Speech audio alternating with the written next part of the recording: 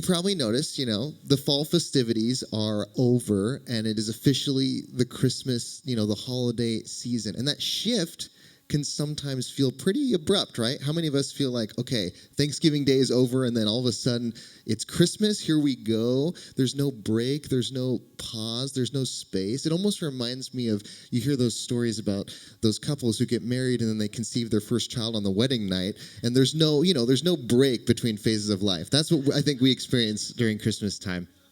And of course, also, as many of us have experienced, there's that extreme kind of cold that sets in, at least cold for us in the South.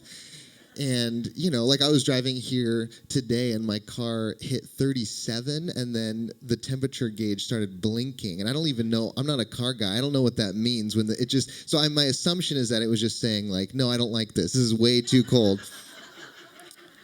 But it's okay because here in Arizona, it's a dry cold. So we're fine.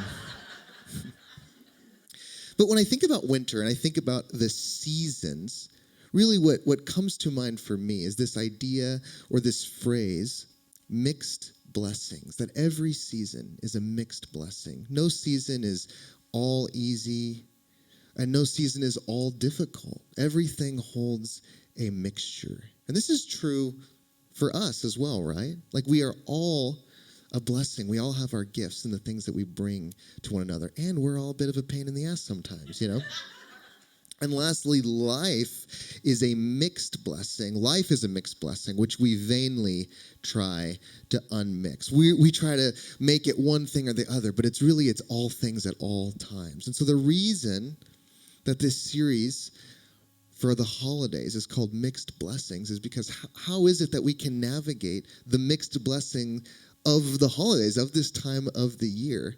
And when I look to the spiritual traditions, what I tend to see is it's not encouragement that, one day you will become enlightened and you will no longer have to deal with the mixed blessing of life. One day you will be able to fix everyone, you'll be able to fix yourself, and everything will just be easy and make sense. No, I find that the spiritual traditions are encouraging us to be present with the mixed blessing of life, to find space within ourselves to embrace and accept the mixed blessing of our lives and who we are. Because when we look at Christmas, how many of us realize that the holidays, they're not all joy, and yet they're not all pain?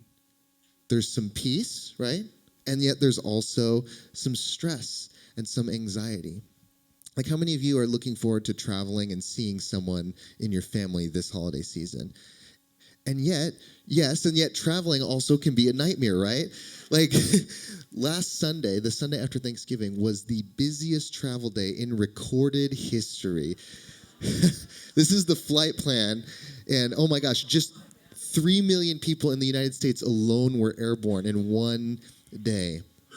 That just gives me anxiety to even think about what Christmas this year is going to be like. Or how about food? Like we all love the wonderful treats of the holiday, but there always is a point in December when you're done, right? You're like, I don't want to eat. I don't want to see another piece of food. Someone's like, nope, I never reached that. But for me, I experienced this a couple years ago. I was given a ham as a holiday bonus. There are better and worse holiday bonuses, but it's all right. It's a ham. I'm into it. And so Olivia and I, we figured out how to make that ham last all of December. We breakfast and split pea soup, and we really, it was like we did it. We made it. We conserved the ham, and then Christmas night rolls around, and we go to her family's for Christmas dinner, and what are they serving but ham? And I realized there is such a thing as too much free ham, and so there's such a thing as too much of everything, right? Like our families, we love to see our families, and yet also, it's not all easy. There can be challenges, there can be arguments, there can be tension. When I think about Christmas, something that comes to mind for me is the stories, right? Not just the Christmas story, but all of the stories, the movies, the books. There's so many different stories that surround this season of life. And when I think of stories, I think of the hero's journey. And if you're with us earlier this year as we talked about this hero's journey, you'll know that anytime we see a story, it is not in spite of the challenge, but because of the challenge that the hero is able to move forward and progress. It is, in fact, because of the cave, because of the dark night of the soul, that the hero or the protagonist is able to bring some blessings back in their life. And yet, when it comes to the holidays, we tend to avoid that which is uncomfortable. We tend to avoid difficult situations. I've been, getting into the holiday season, brushing up, and of course, starting to watch Christmas movies, as I'm sure we all have. And what I'm realizing is that so many of our favorite movies are about this dynamic of expectations about how Christmas is supposed to go and the reality of how it actually goes. Think about some of your favorite Christmas movies. How many of them were actually about what went wrong, right? The vision of how Christmas was supposed to go, and yet it did not go according to plan. And when I think of for me, my favorite example of this, one of the best examples of just the mishaps of Christmas in recent history, what's brought to mind for me is Christmas Vacation. Now, if you haven't seen this movie, I'll just give a little brief background. This movie follows Clark Griswold and his family, the Griswolds, and Clark really, his whole desire and drive is that he wants to have the best Christmas ever. He wants to please his family. He wants to impress his neighbors by having the most Christmassy house on the block. Really, he just wants to be the man, and he wants to kind of show off, but he also just wants to have this idyllic Christmas vision that he has in his head. He wants to bring it into reality, and yet, as you see throughout the film, the harder he tries, the further it actually gets away from him.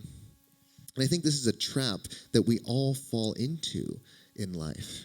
We think, well, I just need to be having more fun, or I need to be making more money, or better house, better job, be in better shape, whatever it is. That the more we fix on these things that don't match up with our reality, sometimes it feels like the further away they get. And the reason is because these things are our expectations, and expectations put us at war and in conflict with reality.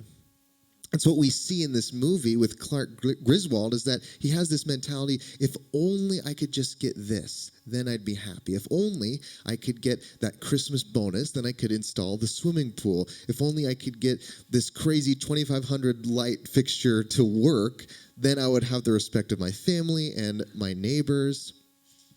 And yet for all of us, when it comes to this time of year, we all face this challenge and this weight of expectations. Like, think about the challenge of gift giving and how sometimes backwards it can be. Like, if you were to ask me what I want this year for Christmas, then I have to stress out about making you a list. I have to figure out what I want. Okay. Then I have to make you a list. And then you take that list, you get me something off that list, you give it to me, and then I have to go, oh my God, what? How did you know? Like, you know me so well. What a surprise. Oh my gosh. And it's this whole interesting exchange. I think the real way that you could really surprise someone this year is like just get something that's completely opposite of whatever they asked for. Like they want a brand new TV, and you're like, I got you a full set of encyclopedias, A through E, okay? You can get the rest. And also, companies and organizations, they have big expectations around Christmas. They expect that we're going to spend a certain amount, and so they expect a different profit. But this whole season is swimming in expectations, and yet expectations, they come against presence. Not presence, but presence. I don't know how to say it. I don't know how to, for CE, I don't know how to, is there a hard C? Presence. But I don't, expectations. There's a better joke there that I didn't even think about, but expectations get in the way of, how about this, being in the moment, because expectations, they have us focusing on what we want things to be. And the moment is just about what is. And so the reason that I wanted to start our Christmas season off together with this talk is because this is something that we all get tripped up in. Really, Christmas is just a heightened version of life. It's all the same stuff that we deal with in life, but it's just more intense, it's more heightened. And so I hope that as we go through December, that we realize that all the things that we're dealing with and all the ways that we can work these ideas out, it's really just practice for life. So I want to start with a scene from Christmas Vacation that kind of sets up the way that Clark has all these expectations about how his holiday should go, and then one example of how it does not go according to plan. I tell you, I talked to my mother today. And? They've decided they're coming for Christmas, too. You know, it's not too late to change our plans. No, that's great. That's great. I think you're forgetting how difficult it's going to be having everybody in the house at the same time. Honey, they're family. They're not strangers off the street. All they do is argue. Christmas is about resolving differences and seeing through the petty problems of family life. Yeah. And it's about my mother accusing your mother of buying cheap hot dogs, and your mother accusing my mother of waxing her upper lip, and then they don't speak to each other. Your mother waxes her upper lip? She has for years. Doesn't show. I don't know, Sparky. I just have this feeling Ellen, that it's not gonna... I want to have Christmas here in our house. It means a lot to me. All my life I've wanted to have a big family Christmas. Mm-hmm. It's just that I know how you build things up in your mind, Sparky. You set standards that no family event can ever live up to. When have I ever done that? This ought to do it.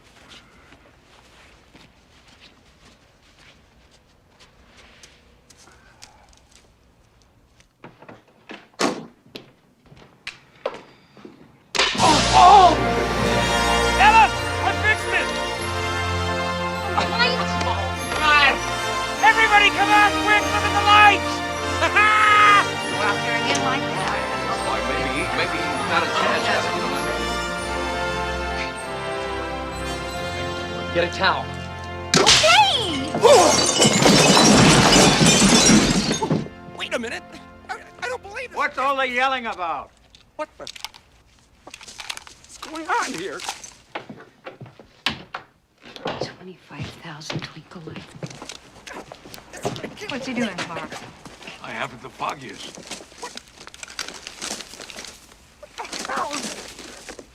What is wrong? Damn it! Damn it! Oh, God damn!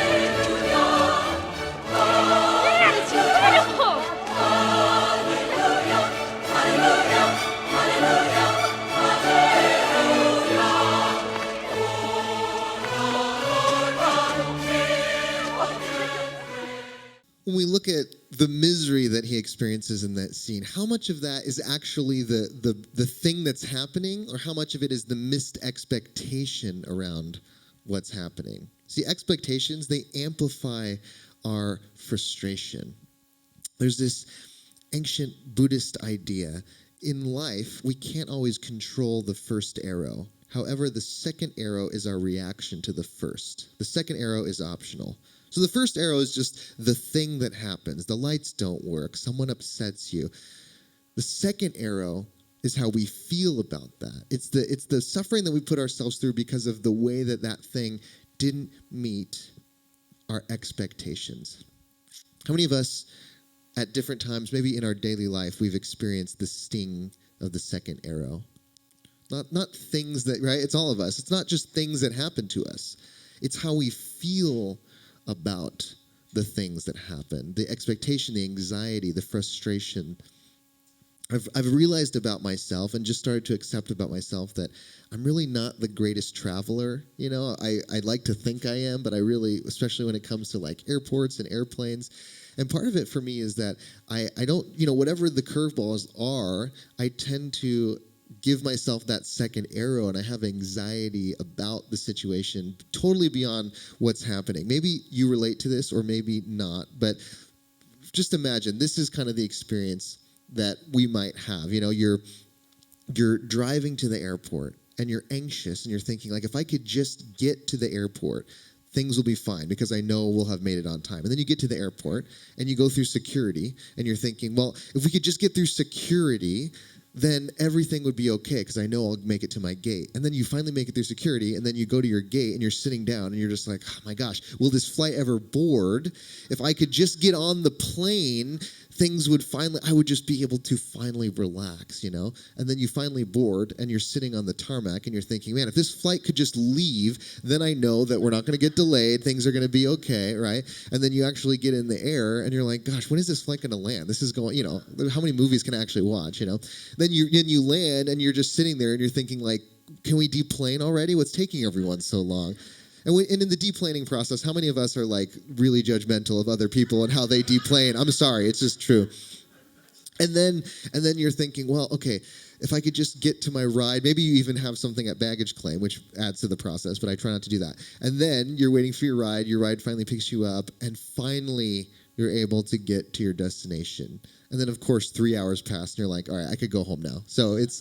But that whole process, none of it is all that bad. But it's us. We're the ones who make that whole thing miserable. If you really look back and you think about that whole process, it's like 90% sitting down. It's pretty casual, but we stress out. If only I could get to that next stage. It's these preferences, it's these expectations that get in the way of reality. And there's this ancient Zen proverb: the great way is not difficult for those who have no preferences. Now imagine, just for a moment, imagine with me what it might be like if we could go through life without wanting or needing things to go a particular way. If we could just drop the preferences. And I know this seems kind of ridiculous, but just imagine this with me. Like, imagine life is like, let's just say a football game, okay? And let's just for fun, imagine that this football game is between, U of A and ASU. Let's just say, just completely randomly, we just pick two random teams. Imagine you could be at that game and you could just genuinely say, I'm just happy to be here. I don't need a particular outcome. I know. And it's true of life too. And you could just say, look, whatever happens, I'm just happy to be here. Go sports. Let everyone, as long as everyone has a good time, right? And if that were the case, then no matter what happened, there was no outcome that didn't meet your expectations. There was no bad outcome. And if we could bring this awareness into life, we could almost say that whatever happens, it's all just part of the experience. It's all part of it. It all belongs. It's almost like we're saying, I can trust life. And life really can't fail me because I've expanded my idea of what I'm willing to accept, of what I'm willing to embrace, about what I'm willing to be present to or present with. I've expanded that so much that there's nothing that could happen that wouldn't fall in line or fall in that space that I've created. And this is something that we often do in hindsight, right? Like, we can look back and look at the most difficult moments of our life and say, oh, I totally see how that was all part of it, how that belonged. But it's much more difficult to do that in the moment. And yet we know life is what happens when you're busy making other plans. That's what John Lennon said. And yet it's so difficult. It can be so difficult to accept when our plans are changing and it's outside of our control. And yet that's life. That's truly life. Why is it so difficult for us? Why do we tend to be more like Clark Griswold than anything else when it comes to changes of plans? I think part of it is just our identity, being in the West, living in America. There is this idealization of the words freedom and even individualization. Sometimes we get so hyper fixed on our own idea of individualism that we get caught in this my way is the best way mentality. There was a Frenchman named Alexis de Tocqueville. I could be totally butchering that, but we'll do our best. He lived in the 1800s and he came to America and he wrote this book called Democracy in America, in which he just really took what he was observing about the American people, and he basically what he said in a nutshell was that there is this rugged individualism in the United States, and there is an aspect of it that is good. It's what makes us unique. It's what allows us to be a place of diversity, of really respecting each other's individuality, and there's a beautiful aspect to it. But there is also an extreme that he envisioned. He didn't even see it, but he imagined for the future that there could be an extreme kind of bloated version of this individualism that could cause division, because then it could, at its most extreme, become my way or the highway. It could be my individualism over yours. And how many of us see that happening in our world today? See, when we are fixated in this, I want things the way I want it and no other way, when we're fixated in that view, it's actually quite a small view of life and of reality, because it ignores the interconnection of us all. It ignores the larger ways in which we all are part of something much greater than just our individual little worlds that we're trying to create.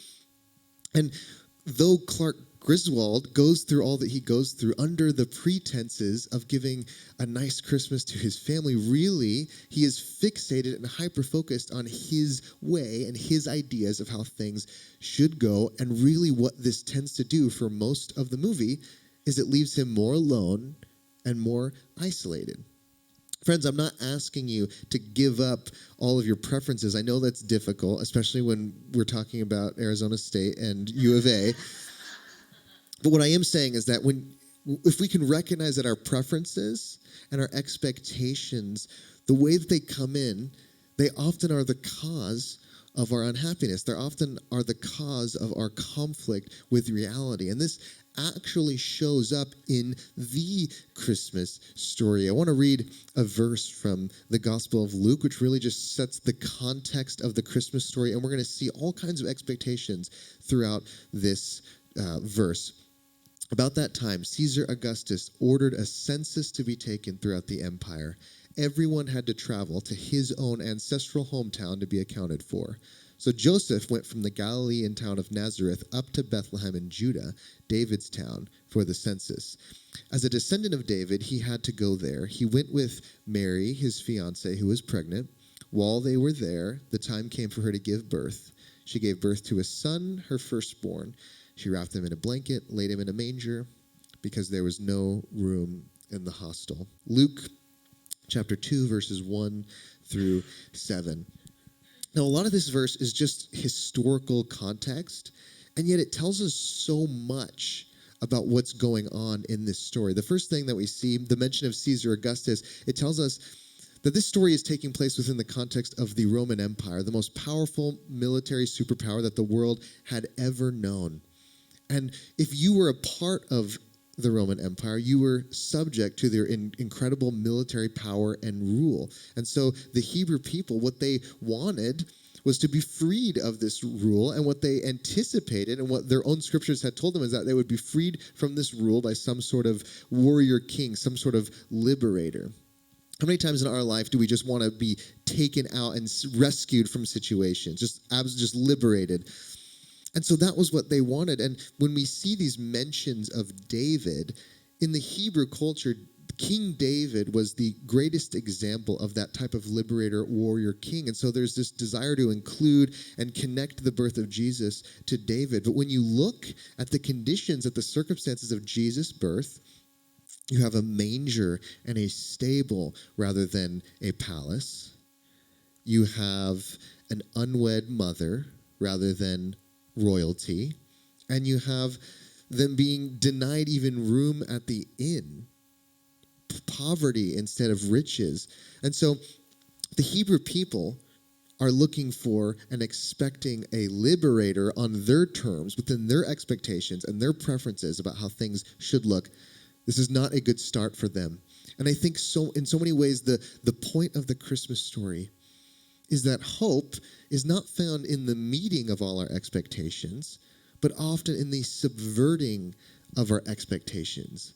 Hope is found in the unexpected places, because it's actually our expectations that make us unable to see the hope when it arises. Expectations cloud our vision because they force us to see things as we want things to be rather than life as it is. And because of that, things really can only exist under a pass or fail grading system, right? Like either things meet your expectations or they don't.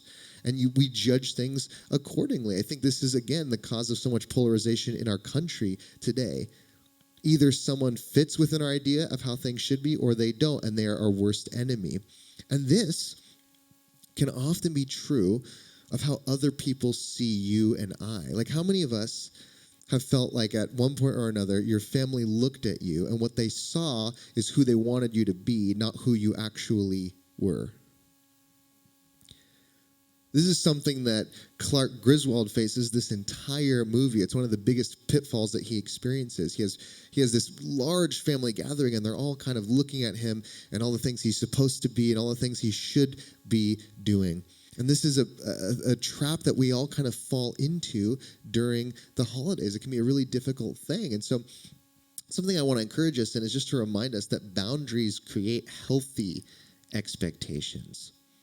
Now, I just want to give a little disclaimer. I'm 30 years old. I'm not an expert in boundaries, but I just want to normalize the idea of boundaries because I think sometimes, when we're having conversations about spirituality, what we tend to think is that the idea is just to continue to open so infinitely that there's no concept of having any kind of boundary or any kind of wall. But the reality, friends, is that as human beings, we have a finite amount of energy and a finite amount of space in our hearts to give. We try to open up more and more to that which is infinite, but if we're looking at ourselves and we're being realistic, we just have a finite amount of time, we have a finite amount of energy. And when you give your energy to someone who is holding an unhealthy expectation of you, that is energy that's being taken away from another place, another space in your life that you could give it.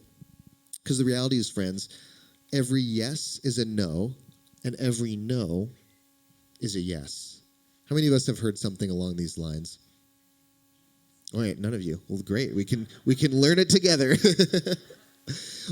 How does a yes equal a no? Well, anytime in life that we make a decision, we make a definitive choice. For example, you say yes to a new job. There are things that you are also saying no to inherent in that yes. You're saying no to another job. You're saying no to different opportunities. Maybe that job is asking more of you, and you're saying no to the extra time that you would have had you said no to that job. Maybe you're saying yes to a move in like you're traveling or moving to a different state. Inherently, by saying yes, you're saying no to an alternate version of your life. When the opportunity came for me to move to Tucson just a little over a year ago, it was a heck yes in my heart. It was a big, big yes. But there was also a no that had to be said. There was no to staying where I was. There was no to alternate opportunities. It was a yes that had to include some no's if I was going to fully move forward in that direction. But by that same token, a no can also equal a yes. How many of you have turned down some sort of opportunity in your life, but you had a really good reason behind it?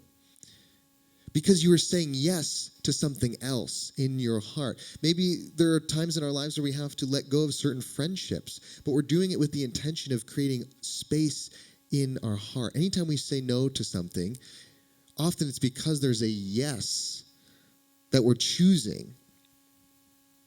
If you were to come to me and say, Jake, I'm thinking about starting kind of some new creative venture, trying to do something new in my life. Maybe it's something like I want to write a book.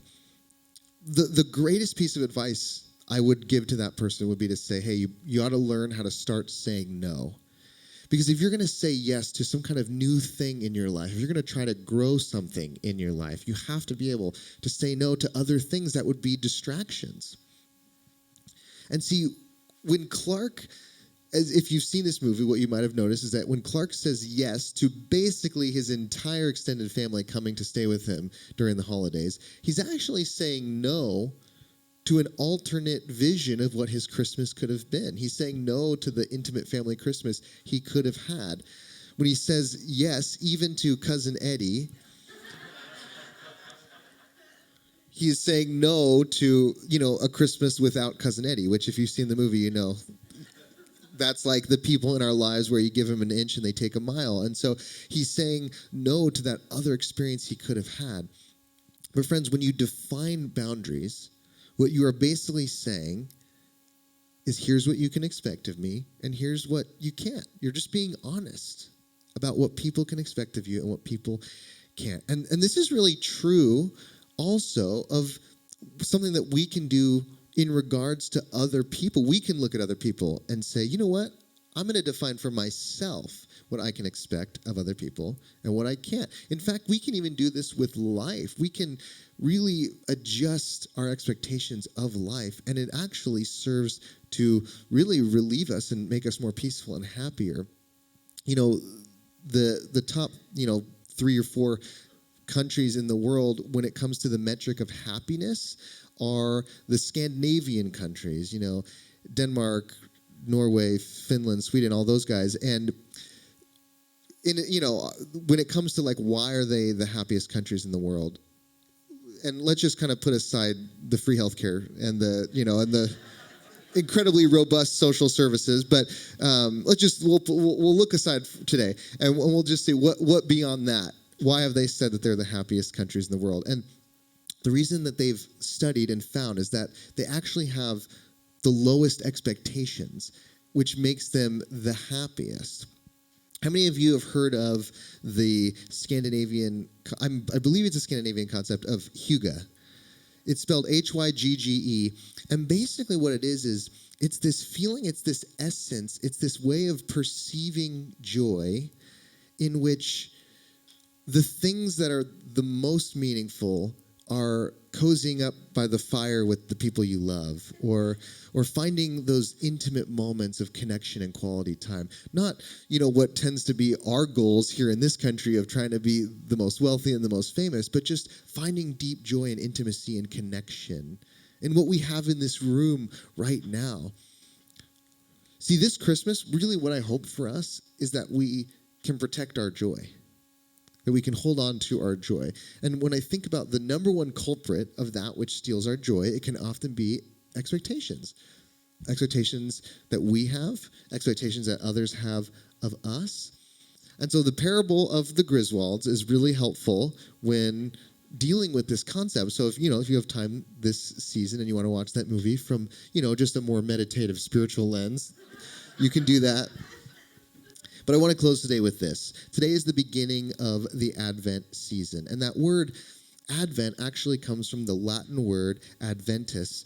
And in the original context of this word, it really just means arrival. And in the Latin, it would essentially mean the arrival of some kind of, some big, grandiose, ceremonial arrival of an emperor, of a conquering king.